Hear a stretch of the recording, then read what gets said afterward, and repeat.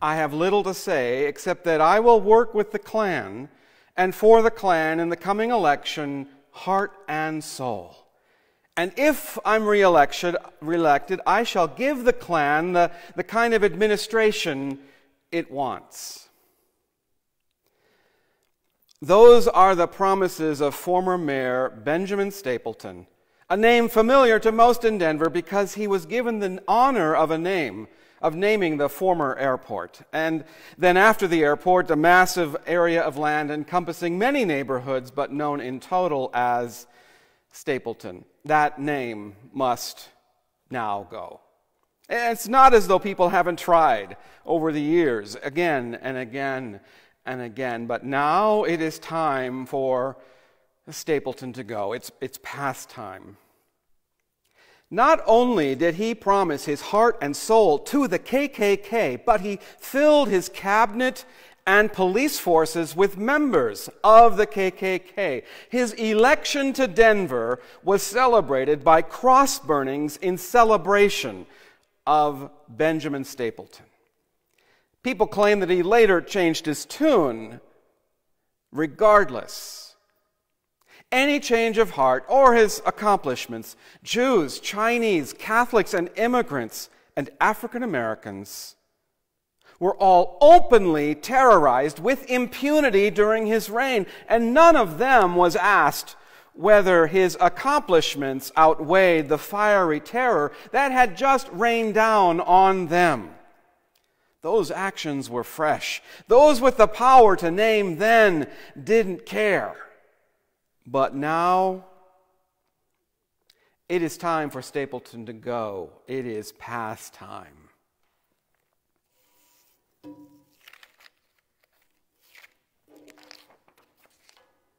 Many people who moved to the Stapleton neighborhood in the past decade were unaware of this history. When the airport closed, attempts were made to change the name, and most recently, Black Lives Matter brought the attention to this matter in 2015. After years of education and consciousness raising, last year property owners in Stapleton were given the opportunity to voice their opinion. But those with interest in keeping the name created an election in which, one, only property owners could vote, which means the many who live in apartments had no voice. Two, only one person per household could vote. Two adults with two opinions could only voice one of them.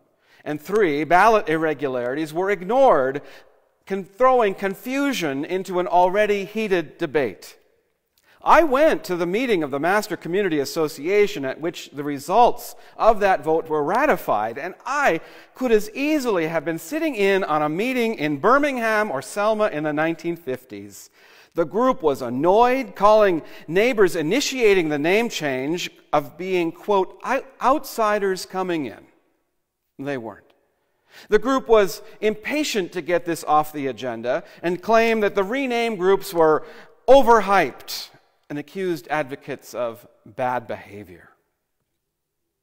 Remember how Dr. King wrote to clergymen from his jail cell in Birmingham that he had, quote, hoped the white moderate would see this injustice, but I should have expected that few members of a race that has oppressed another race can understand or appreciate the deep groans and passionate yearnings of those who have been oppressed, and few still have the vision to see that that injustice must be rooted out by strong, persistent, and determined action.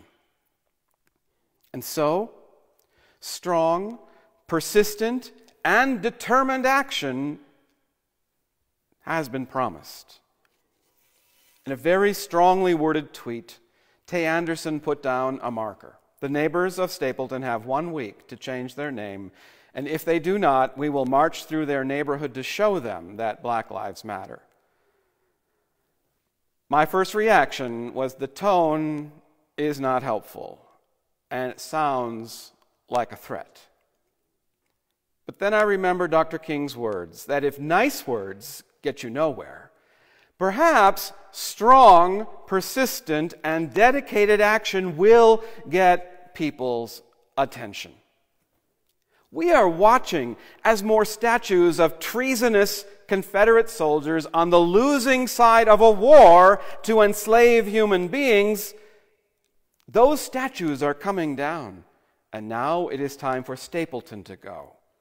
It's past time. Even the Pentagon agrees that the names of Confederates after whom military bases were named, like Bragg and Benning, should be changed.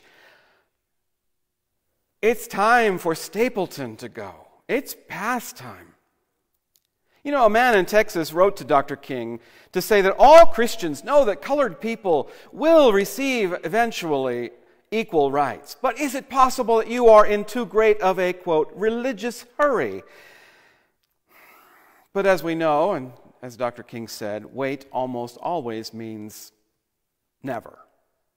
And so it is time for Stapleton to go. It's past time. You ask, well, what about history? You can't erase history, and I completely agree. My solution? You put a plaque up on South Table Mountain, right where the spot was that they burned a cross in celebration of his election, and you say, on this spot, the KKK celebrated the election of a Denver mayor, and we commit that such an atrocity will never happen again.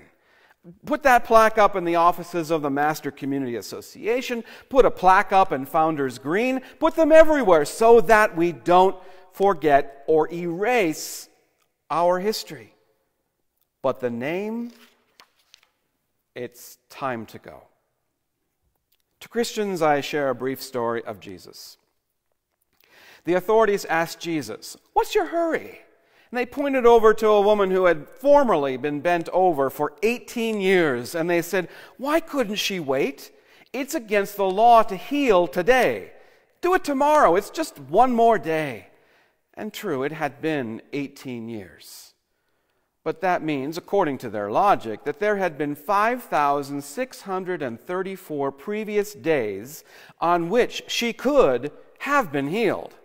But no one cared about this woman until Jesus healed her on the wrong day. And the tone of the tweet may be off-putting, but clearly no action will be taken on the Stapleton name until someone finally says, it's enough. And I agree, now is the time to rename Stapleton. It's past time.